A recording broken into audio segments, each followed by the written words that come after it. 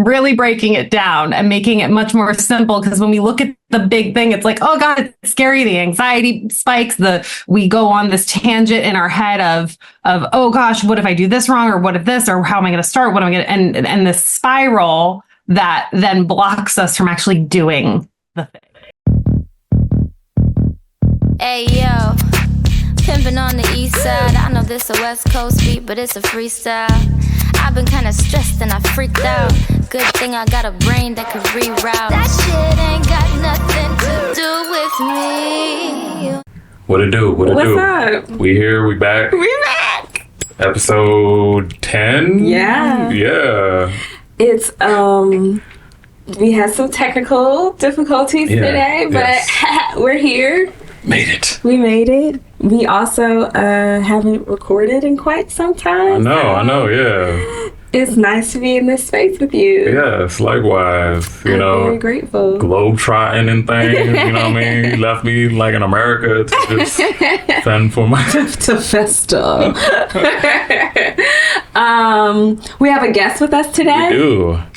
Is this our first guest? This is our first guest. Wow, yeah, big time. Big time. This is super exciting. Yeah. So why don't we talk a little bit about why we have a guest today? Yeah.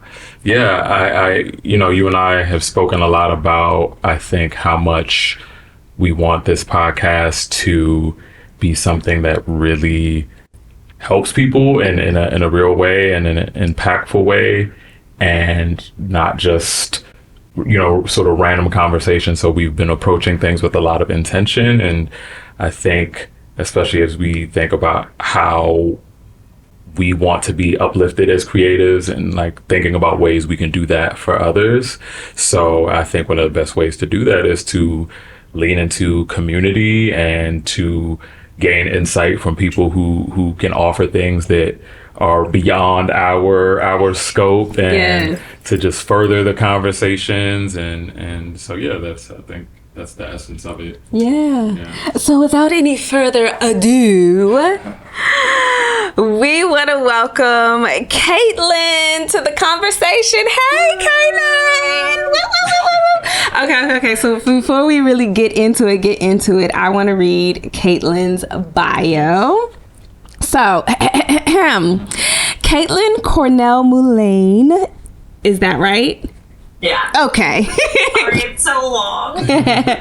Caitlin Cornell Mullane is a licensed creative arts therapist, drama therapist, and executive functioning coach based in New York City. She specializes in working with ADHD and neurodivergent clients using creative interventions like somatic engagement to help clients connect with their bodies, role playing to reality test thoughts and situations, and art making to externalize shame spirals.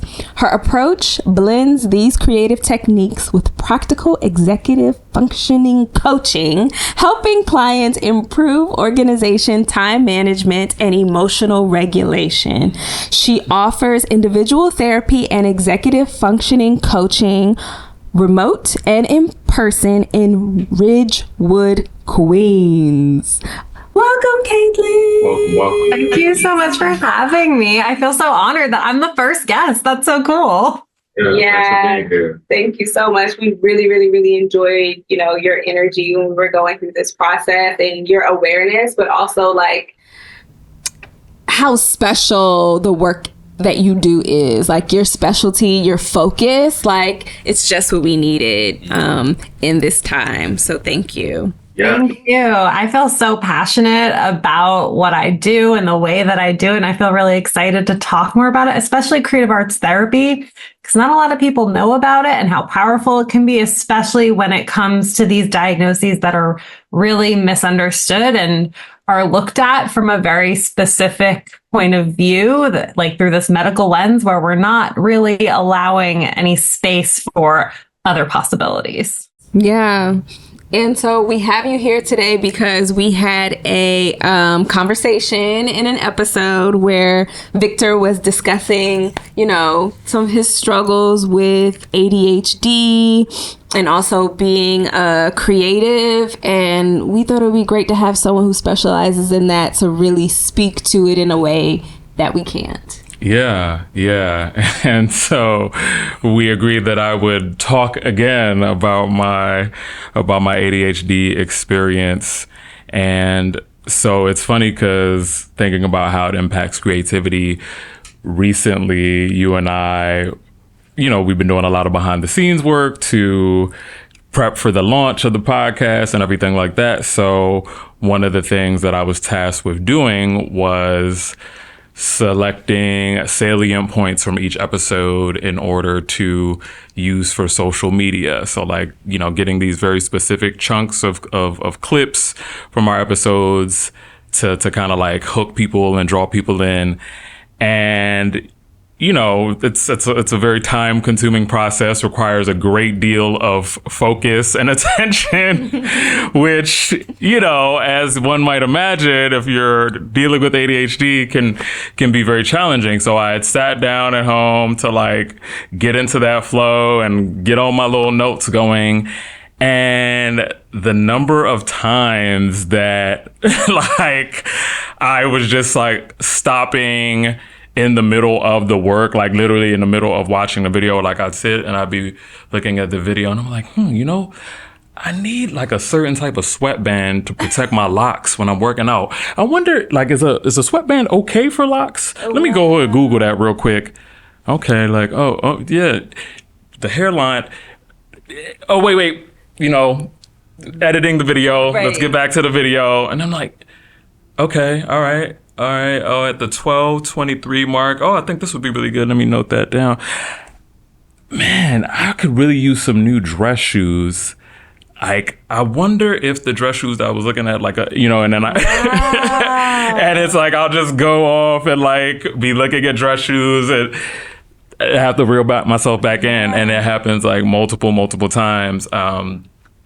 Just lots of things that, of course, have nothing to do with the specific task that I'm working on. Mm-hmm. So it just takes me much longer to complete something like that because like I'm starting and then I'm stopping. Like it's very difficult to sit all the way through and complete the one thing. And I would just keep going back and forth and like, oh, I wonder what this outfit would look like. And I'll literally get up and like go into my closet and like start putting an outfit together that I'm like maybe thinking about wearing for the next day. That's exactly what was happening. And at its worst, it can look like me starting a task or being like, okay, I'm going to send this email.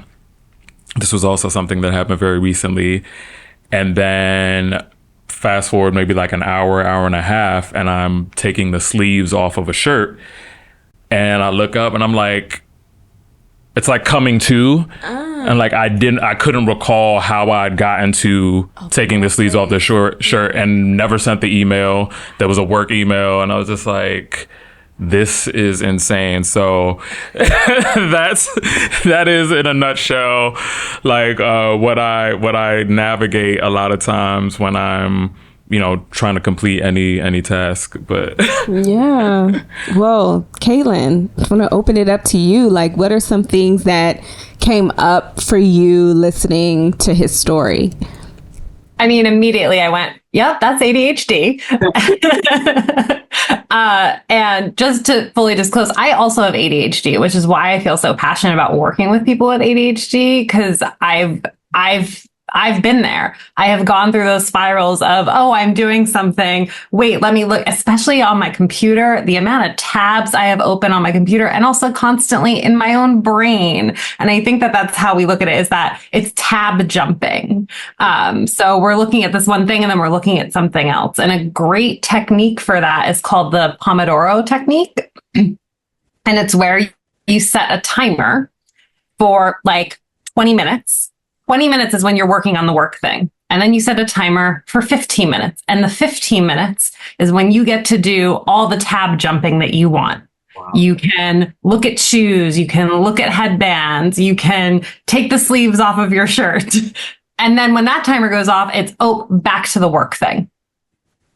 Yeah. So that way there's some sort of accountability there holding you. That doesn't work all the time. So I say these things and I'm like, I don't want people to hear this and go, I'm going to try it. And it works once and they try it again. And like, it didn't work this time. That's okay.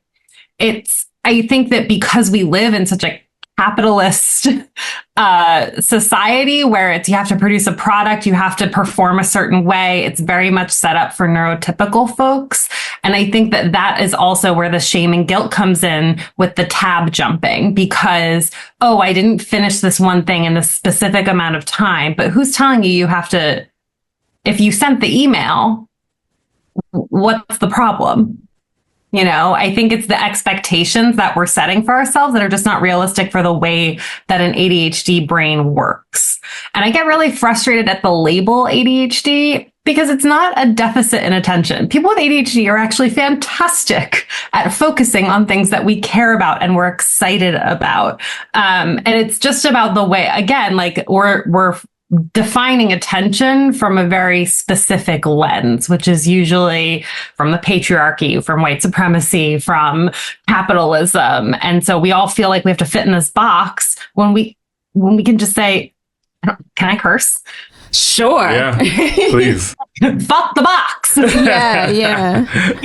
Yeah. This is really interesting to me. So how do you work with someone who has ADHD to make the decision to fuck the box and like create their own box and their own set of expectations based on the way that their brain is wired? Yeah, exactly. So there is a privilege in being able to say fuck the box because not everyone in every single situation is going to be able to fuck the box. It's going to lead to repercussions that are potentially negative. So what I like to do is figure out what's going on in your life. What is the structure of your life? And how does your brain work? And how do we make them match up a little bit more? So it's not making an all or nothing big change. It's making small steps of, can I take this expectation and maybe take it from all the way up here and just lower it a little bit? And then can I take the way that I do this and maybe just shift it a little bit? So we're getting a little bit closer to that alignment. And it is like so individualistic, but one thing I really like to encourage people to do is break everything down into the smallest step possible.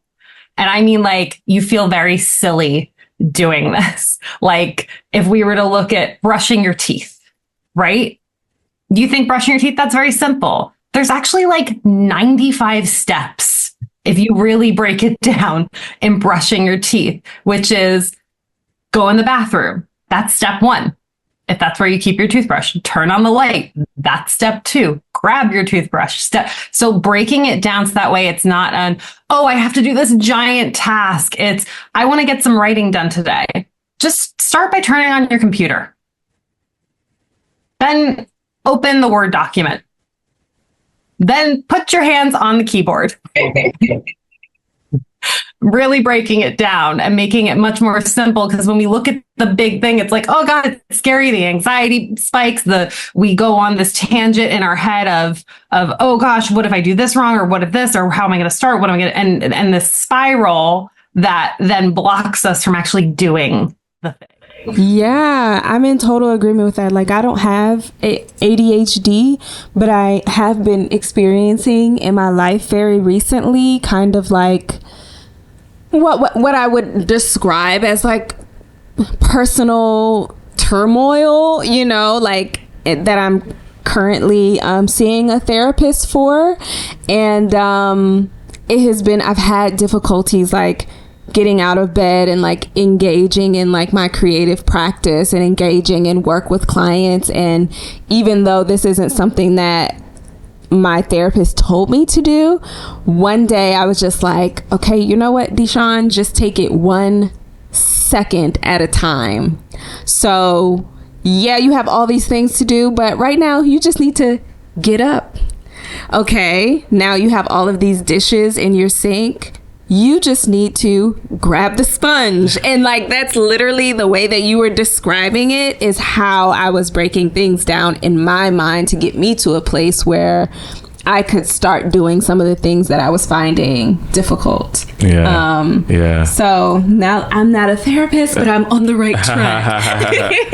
Yeah, getting in that zone. Yeah, it could be so challenging because I think, Caitlin, we had talked about this in one of our like pre-production meetings, but just that all or nothing mentality that can come into play where it's just like, if I can't get it done exactly the way I envision it needs to be done within the whatever time, or if I can't do all 5 tasks that I have on my to-do list, then I'm not going to do anything. And you just kind of like throw it away. So being able to really challenge that programming and find a way that like works for you. So I love how collaborative your process sounds in terms of, like you said, figuring out what the individual needs. Yeah, because we have these like blanket expectations for every person in the world, and that's ridiculous because we're all different. We all function differently. We come from different environments, and you can't make it that generalized. It doesn't work. And language is so important too. This is like a huge unlearning process. Our brains are addicted to patterns, especially ADHD brains. We love a pattern. We love a nice structure. We don't really know how to build the structure, but if it already exists, we're living in it and we're loving it. And so the words that I hear ADHD clients use a lot is, I should do this. I should do that. I should X, Y, Z. But that's already one, placing a binary, and it's already implying like guilt within that. And that's you're already layering obstacles in front of yourself from doing the thing. So shifting I should to I would like to do this. I would like to get some writing done today, or I'm going to do my best to get some writing done today. And if your best today is I wrote 3 words, that was your best today, and that's okay. Yeah. And that I'm hearing everything that you're saying, and I'm thinking about where we are as a society and how like just writing 3 words is not okay. You know what I'm saying? Yeah. Like it from the perspective of like wanting to be a person who is very high functioning and pushing towards success in these very like typical ways.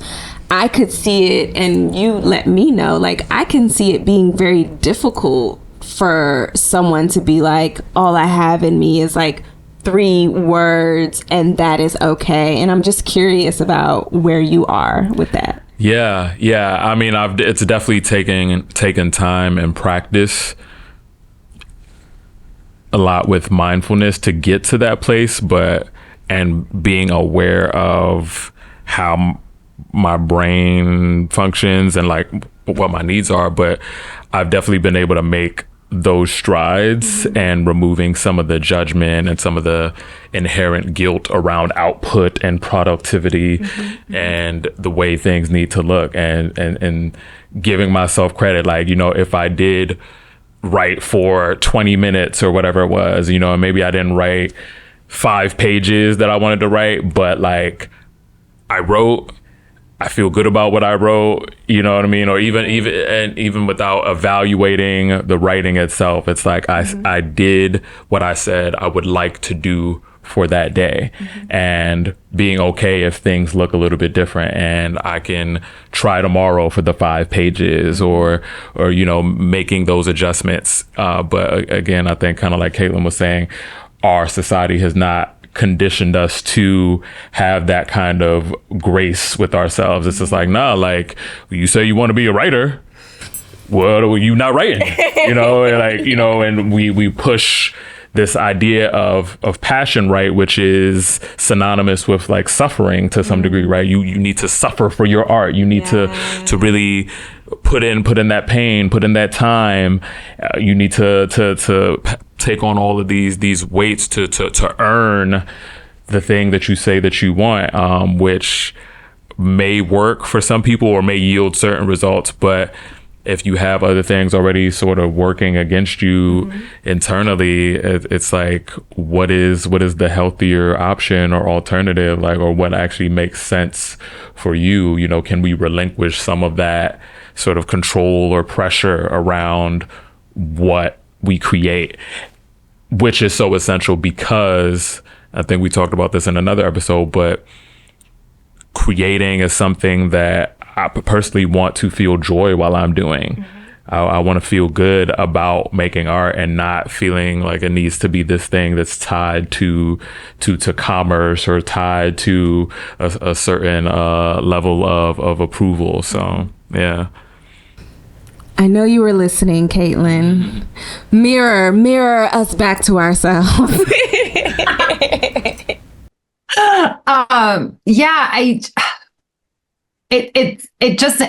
Like, I get so enraged because I'm like, we can just do all these things and it's better. But if we're talking at a macro level, it's not, because our society doesn't allow us to live in the way in which our brains naturally work. And so it's just, you're constantly like running up against this wall, and that all or nothing, that perfectionism, it's, you know, the term masking. We're trying, at ADHD brains, we're trying to put on this mask of, we're neurotypical. See, we're just like you. We can perform, we can make a product. And if we're not living up to that standard, we feel like a failure. And so, yeah, go ahead. Sorry. I was going to say, so I'm curious. You talked earlier about a technique that you have people use sometimes, the 20-minute timer and then the 15-minute timer. I'm just curious, do you have like 2 other techniques that, you know, you can share with us for someone who's dealing with something similar as Victor? Yeah. So, I mean, one big technique that I use with my clients is externalizing that inner critic. And if you haven't seen Inside Out or Inside Out 2, I know it's a children's movie, but I really encourage every adult to watch it, because the way that they portray emotions is so great. And I love the way that they portray anxiety. And I think about anxiety very similar to my own inner critic, of this voice that's just like, no, don't do that. Oh, that's not going to be good enough. And we think of it as this voice that's being so mean to us, which it does. It feels hurtful. It feels harmful. We don't feel good when we have this voice cycling in our head. But in reality, it is trying to protect us. So first, I like to ask people, like, when your inner critic comes up, what is it trying to protect you from? Because if we can figure out that, maybe it makes it a little less scary. It's trying to protect me from failing. It's trying to protect me from not being good enough. It's trying to protect me from not making a fool out of myself. But realistically, what's the data here that am I going to fail? What does failure even mean? And starting to, just like I talked before about breaking it down, it's breaking it down, everything into small, manageable steps.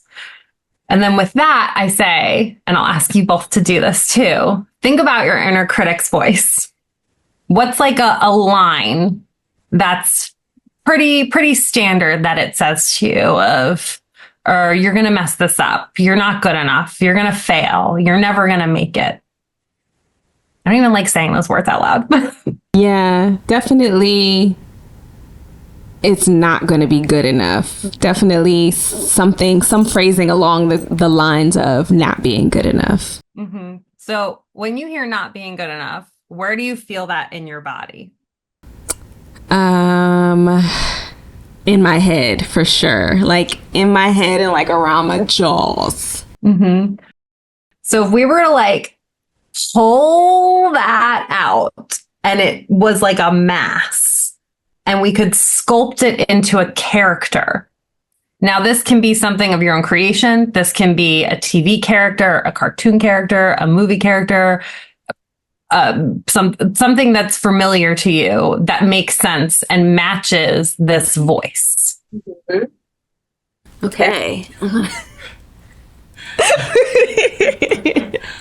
And I'm looking at, do I describe what the mask looks like? Or tell me a little bit about what this character is. Okay, so I'm seeing like a mask that is like red and it has really thick eyebrows, and the eyebrows kind of like come in like it's upset a little bit, and then the sides representing the jaws are like protruding, and the mouth is like how you draw like a squiggly line on top of a squiggly line, and it's like So I just want to note, you're laughing while you're describing your inner critic. So we're putting joy into it. We're putting playfulness into it. So if you were going to give this mask a name, what would it be? Bitch ass.